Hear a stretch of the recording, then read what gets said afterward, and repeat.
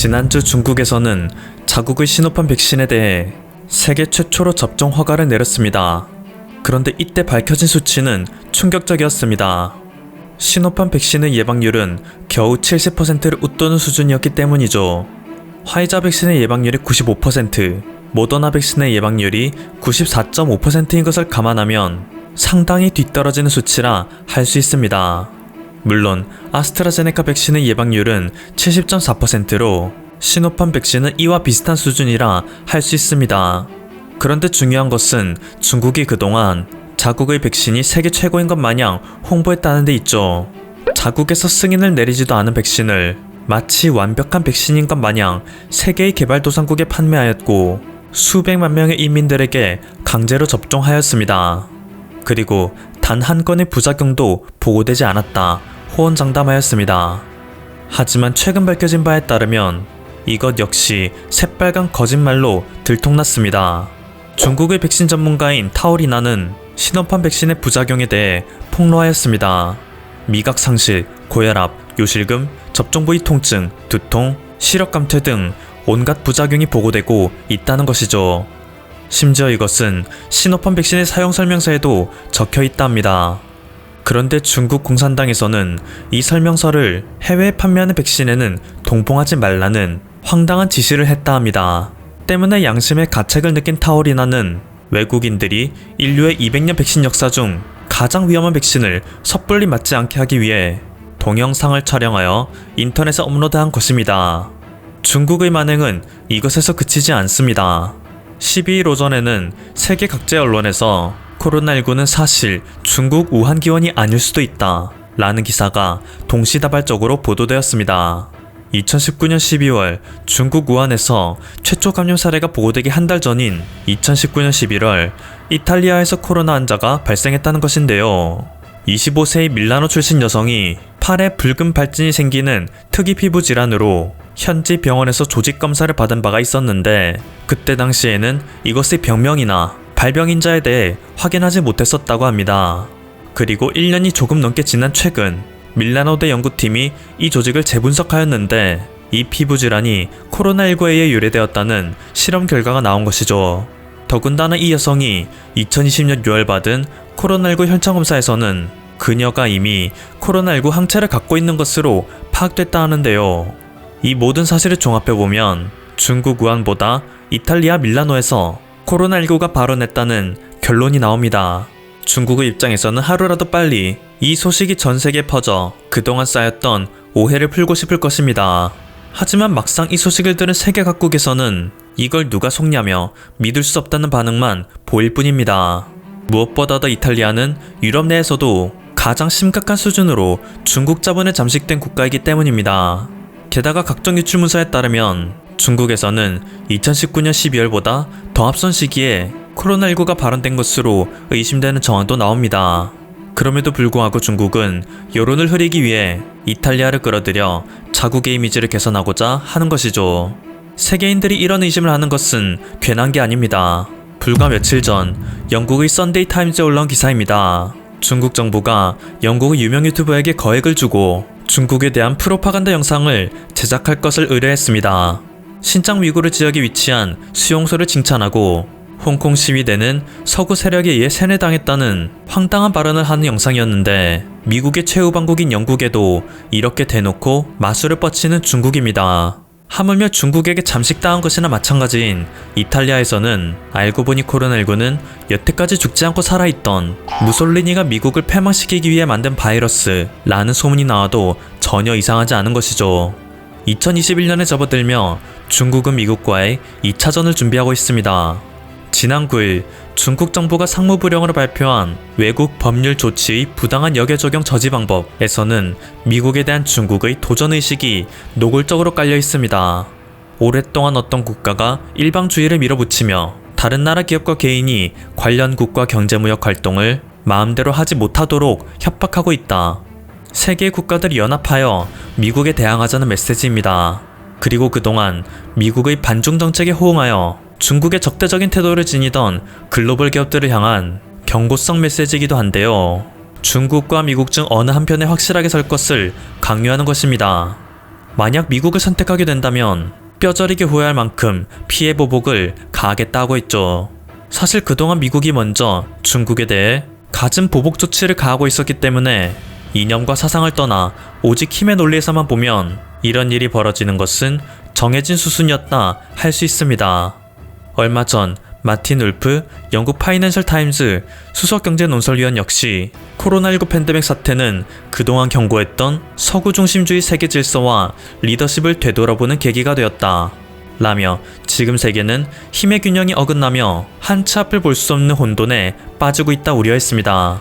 그러는가 하면 코로나19는 물론 경제 침체, 기후변화, 보건 등 급박한 지정학적 과제들을 극복하기 위해 세계는 다자주의 체제를 회복해야 한다 라며 지금이라도 일방적인 자국 우선주의에서 벗어나 종전의 다자주의 체제로 돌아서야 한다 주장하는데요. 이때 그는 우리가 그러기 위해서는 한국과 같은 중견국가의 역할이 매우 중요하다 강조하는 모습을 보여 이목을 끌고 있습니다. 팬데믹으로 인해 세계 경제가 단기간에 큰 타격을 입었고 미국과 서유럽 주요 강대국들은 이런 상황 속에서도 서로 협력하는 자세를 보여주지 못하고 있다. 일부는 바이러스 전파에 대해 서로를 탓하기만 바쁠 뿐이기에 국제사회에서 리더십의 공백이 더욱 두드러지고 있다. 미국은 이전과 같은 수준의 우세한 지위를 회복하기 어려울 것이다. 중국이 국제적으로 위상이 추락하고 있긴 하지만 경제적으로는 위기에서 가장 빨리 회복하는 것처럼 보이기에 앞으로 세계 경제는 중국과 디커플링하는 추세를 보일 수밖에 없다. 때문에 중국의 첨단 정보 기술력에 대해 우려하는 서양 국가들은 한국과 같은 IT 강국과의 무역 관계를 더욱 강화하려 하고 있다. 각 국가들이 4차 산업혁명 관련 기술을 개발하는 과정에서 삼성전자 등의 한국 기업을 참여시키는 게 당연한 선택으로 여겨지고 있다. 그동안 한국은 중국에게 지나칠 정도로 경제 의존도를 높여왔기에 툭하면 서방 국가들에게 이러한 점을 지적받기 일쑤였습니다. 하지만 막상 시간이 지날수록 한국과 연합하는 것만이 중국과 대적할 수 있는 가장 쉬운 길이라는 사실을 깨달아가고 있습니다. 세계의 기업들이 중국과 손을 잡을 수 없는 이유는 날이 갈수록 늘어만 가고 있습니다. 2020년 10월 23일 오후 한 중국 게임 회사의 창업자가 독이 든 차를 마시고 뇌사 상태에 빠지는 일이 벌어졌습니다. 2019년 매출 35억 위안을 넘겨 중국 내 인터넷 게임 회사 탑10에도 들었던 회사였기에 이 소식을 들은 중국 네티즌들은 충격에 빠지고 말았죠.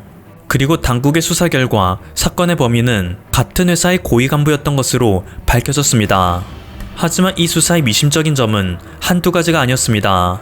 범인이 너무나도 속전속결로 단정지어졌고 다른 고위 간부 모두 범인의 정체를 모른다는 것입니다. 때문에 일각에서는 회사의 CEO가 중국 공산당의 심기를 거스르는 일을 저질러 마치 내부 문제였던 것처럼 위장살해당한 것이 아니냐는 말만 돌고 있죠. 최근 세계를 들썩이게 했던 중국 알리바바의 창업자 마윈의 경우를 봐도 중국 공산당의 무서움을 실감할 수 있습니다. 지난 10월 24일 마윈은 상하이 와이탄 금융서밋 기조연설에서 중국 공산당의 금융규제는 전당포처럼 막무가내이다 라는 비판을 쏟아부은 바가 있습니다. 당시 객석에는 시진핑 국가주석의 오른팔인 왕치산 부주석, 중국 중앙은행 인민은행의 이강 총재 등이 있었기에 마윈은 중국 공산당에 대놓고 반기를 든 셈이 되었죠. 그때부터 중국 공산당은 피해 보복을 시작했습니다. 마윈이 야심차게 준비하던 핀테크 기업 엔트그룹의 증권시장 기업 공개를 무기한 연기시켰습니다. 40조 원의 가치가 공중분해되는 순간이었습니다. 또한 마윈은 중국 공산당에 알리바바의 지분을 넘기겠다는 항복 선언도 하였습니다. 한때 중국 최고의 부자에 오르기도 했던 마윈이 한순간에 몰락하게 된 것인데요. 마윈은 이번 공개 실효 문제가 아니더라도 일전에 중국 공산당이 마윈에게 그동안 축적한 10억 명의 고객 데이터를 넘기라고 했으나 거절한 적이 있기에 이참에 공산당은 그가 가진 모든 것을 빼앗은 것입니다. 더군다나 마윈은 현재 2달째 공식 석상의 모습을 드러내지 않아 사실상 행방불명 상태라고 합니다. 이 모습을 지켜보는 글로벌 기업들은 앞으로 더더욱 중국을 믿을 수 없다 마음먹게 됐죠. 그런데 사실 여기에는 한 가지 반전이 있습니다. 모두가 알고 있듯이 중국은 거리의 노숙자들마저 QR코드로 구걸을 받을 정도로 핀테크의 상용화가 잘 이루어져 있는 국가입니다. 그리고 그것을 해낸 기업이 알리바바 그룹인데요. 알리페이를 통해 중국 소비자들의 지갑을 장악한 마윈은 한 가지 욕심을 내게 됩니다.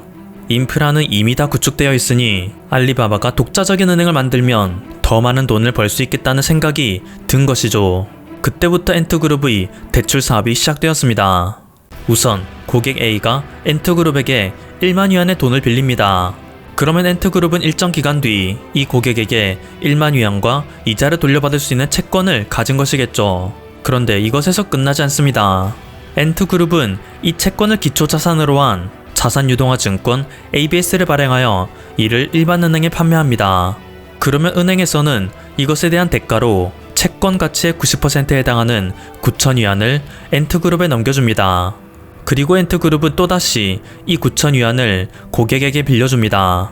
그리고 이 9,000위안의 채권을 기초자산으로 한 ABS를 발행하여 일반은행에 팔고 8,000위안을 확보합니다. 이런 과정을 무한으로 반복하여 엔트그룹은 1만 위안밖에 안 되는 자산으로 수십 배 규모의 대출금을 굴리며 돈 장사를 할 수 있게 되는 거죠.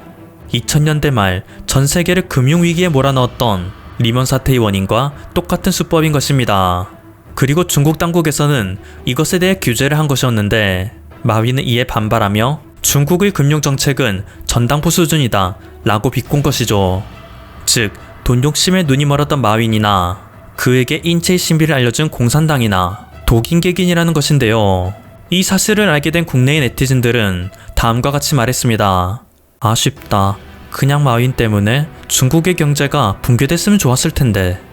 지금까지 퍼플튜브였습니다. 여러분의 구독과 좋아요 그리고 알림 설정은 콘텐츠 제작에 큰 힘이 됩니다. 감사합니다.